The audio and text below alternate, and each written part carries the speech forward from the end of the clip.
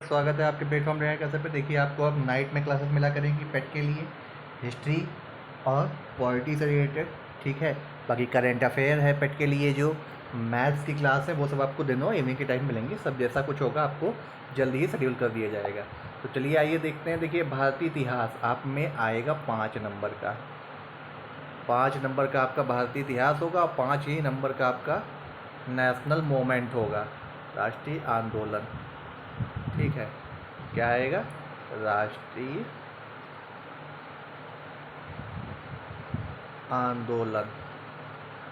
तो अब हम आपके लिए यहाँ से क्वेश्चन हम हिस्ट्री से स्टार्ट किए, इजी भी रहेगा आपके लिए और जितना आप पढ़ते जाएंगे उतना आप सभी के लिए बेनिफिशियल रहेगा। तो चलिए आइए देखते हैं। बहुत ही इंपॉर्टेंट क्वेश्चन है, सिंधु सभ्यता का आपका दिया भी गया है वहाँ पे। ठीक है, तो इसका बेहद इंपॉर्टेंट एक क्वेश्चन बन जाता है। क्या बनता है? आप सभी ने सुन भी रखा होगा। हड़प्पा निम्नलिखित में से किस सभ्यता से संबद्ध है? तो किस सभ्यता से संबंध है? क्या सुमेरियन से होगा? सुमेरियन से तो बिल्कुल नहीं होगा, अगर आपने पढ़ रखा होगा। मेसोपोटामिया से बहुत लोग कह सकते हैं, पर मेसोपोटामिया की सबसे पुरानी सभ्यता है, इससे रिलेटेड नहीं है। वैदिक तो होनी नहीं है, तो कौन सी होगी? सिंधु घाटी सभ्यता। ऑप्शन नंबर बी आपका पहले का आंसर है। पीडीएफ इसकी टेलीग्राम पे आपको मिल जाएगी। ठीक है, जो आपका डिस्क्रिप्शन बॉक्स है उसमें जाके आप जो इसको डाउनलोड भी कर सकते हैं, टेलीग्राम चैनल के थ्रू हमारे। फिर क्या है? क्लासिकी संस्कृति में आर्य शब्द का क्या अर्थ है? ऐसे क्वेश्चन पूछने की प्रबल संभावनाएं अब है, क्योंकि पेपर का पैटर्न थोड़ा थोड़ा बढ़ाएंगे। ठीक है, तो आर्य शब्द का क्या अर्थ है? ये का अर्थ है आपका एक उत्तम व्यक्ति से।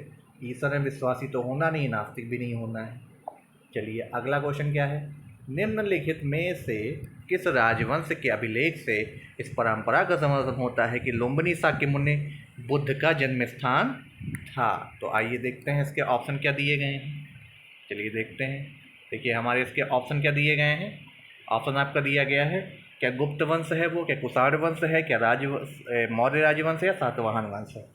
ठीक है, तो इसमें अगर हम देखें कि जब लुम्बिनी यानी बुद्ध का जन्म स्थान पूछा जा रहा है, तो देखिए ज़्यादातर बौद्ध धर्म को अपनाने वाले कौन थे?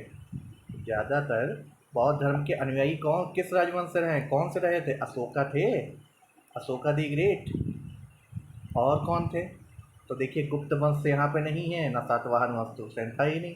मौर्य राजवंश से याद कर लीजिएगा, बहुत इंपॉर्टेंट क्वेश्चन है। इससे रिलेटेड भी क्वेश्चन आपसे पूछे जा सकते हैं।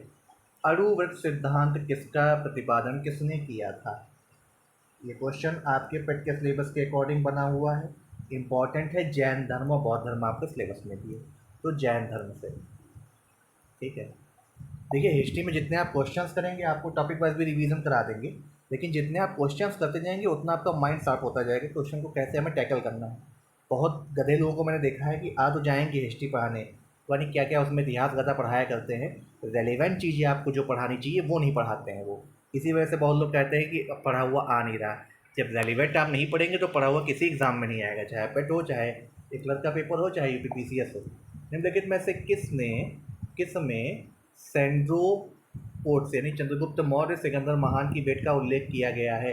बहुत इंपॉर्टेंट क्वेश्चन है, एग्जाम के परिप्रेक्ष्य किसने किया है? जस्टिन ने, ऑप्शन नंबर सी। ठीक है, ऑप्शन नंबर सी, जस्टिन ने किया है। चलिए अगला क्वेश्चन देखते हैं क्या है। अब बहुत इंपॉर्टेंट आपका क्वेश्चन आ रहा है।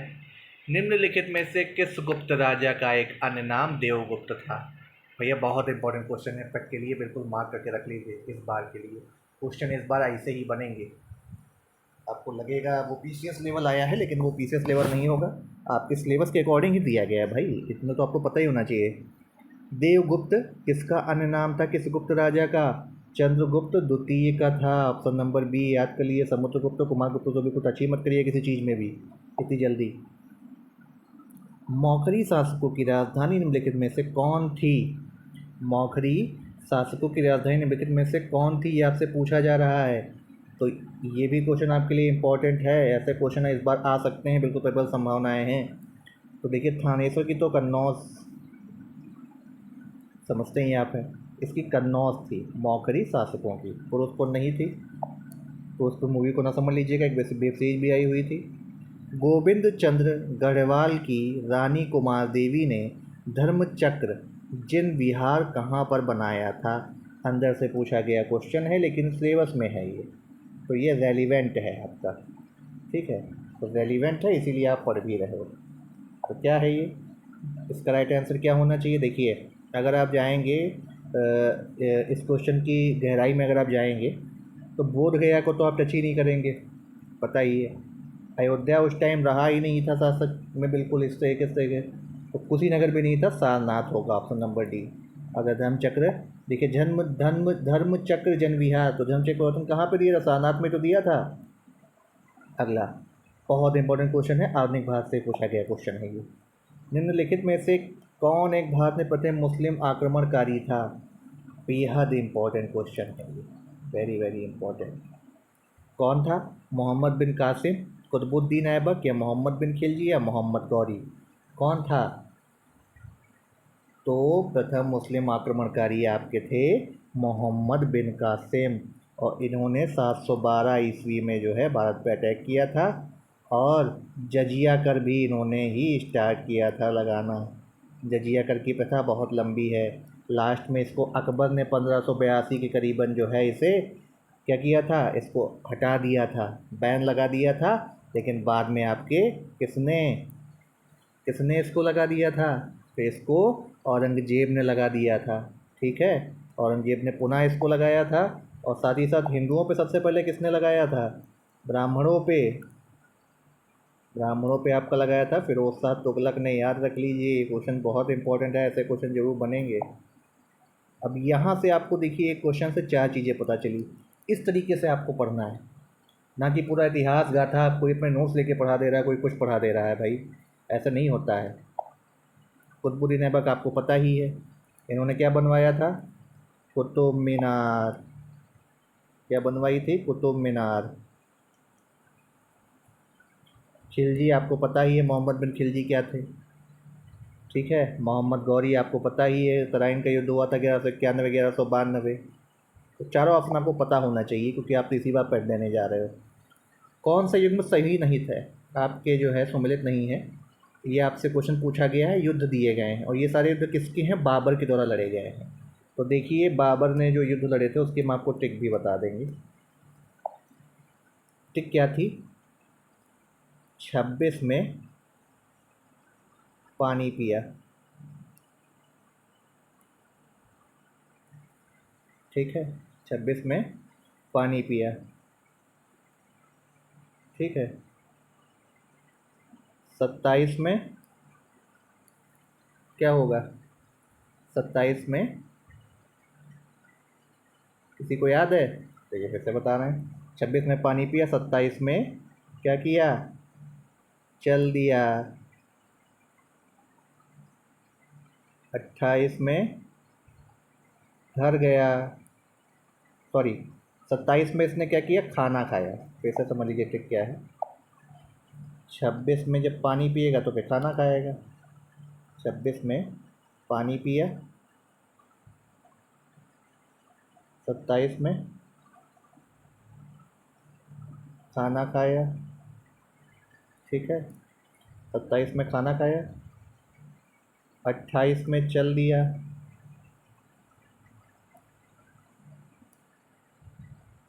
ठीक है। 29 में घर गया,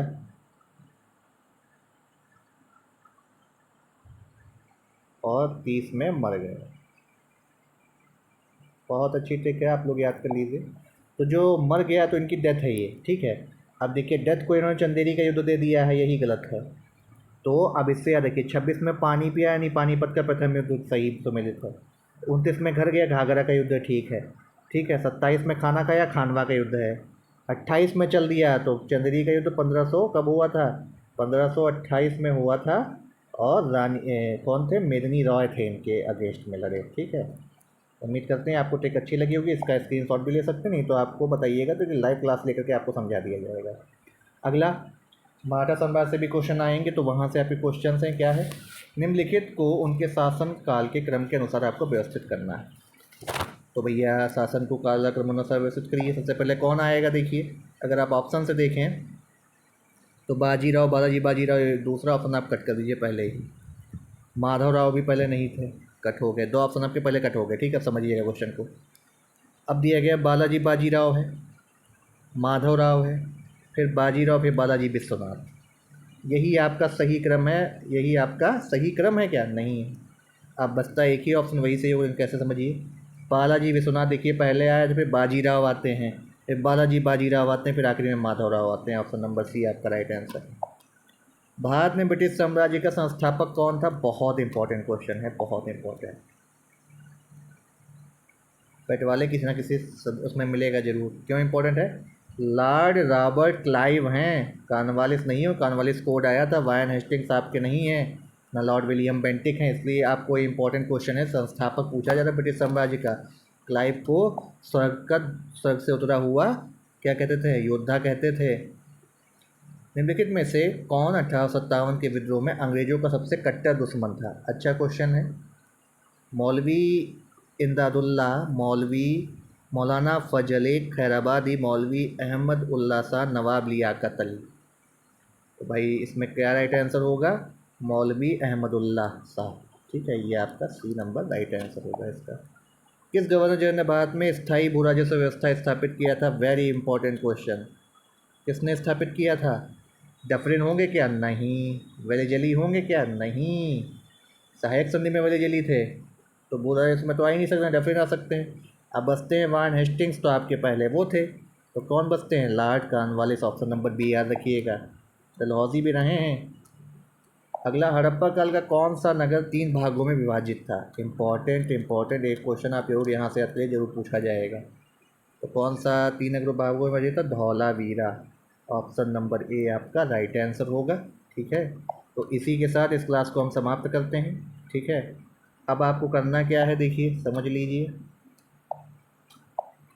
आपको डेली जो है हिस्ट्री के एमसीक्यू और थ्योरी क्लास मिलेगी। एमसीक्यू रात को ही मिलेगा आपको, 10 बजे के करीबन मिलेगा। आज तो लेट आपको मिल रहा है। ठीक है, और थ्योरी क्लास आपको जो है शाम को मिलेगी 5-6 बजे के करीब, 5 बजे के करीब, 7 बजे मान लीजिए। और इसी से जुड़ा करंट अफेयर आपका दिन में रहेगा। ठीक है, और जो डीआई वगैरह की क्लासेस है वो भी आपको मिलेंगी रीजनिंग के। ठीक है, तो अभी आपको जो है पूरा शेड्यूल कुछ दिनों में आपको बना करके दे देंगे। तब तक आपको जो भी वीडियोस मिले उसको लाइक जरूर करिए, चैनल को सब्सक्राइब कर लीजिए जो नहीं किया, और बाकी करवा भी दीजिए ताकि आप तक हमारी पहुंच हो, आपको अच्छा कंटेंट दे। पूरा कंटेंट मत पढ़िए, ये आपसे फिर से गुजारिश है, नहीं तो आप पेट देते रहेंगे, होना कुछ नहीं। चलिए मिलते हैं अगले वीडियो में, तब तक के लिए आप सभी से धन्यवाद।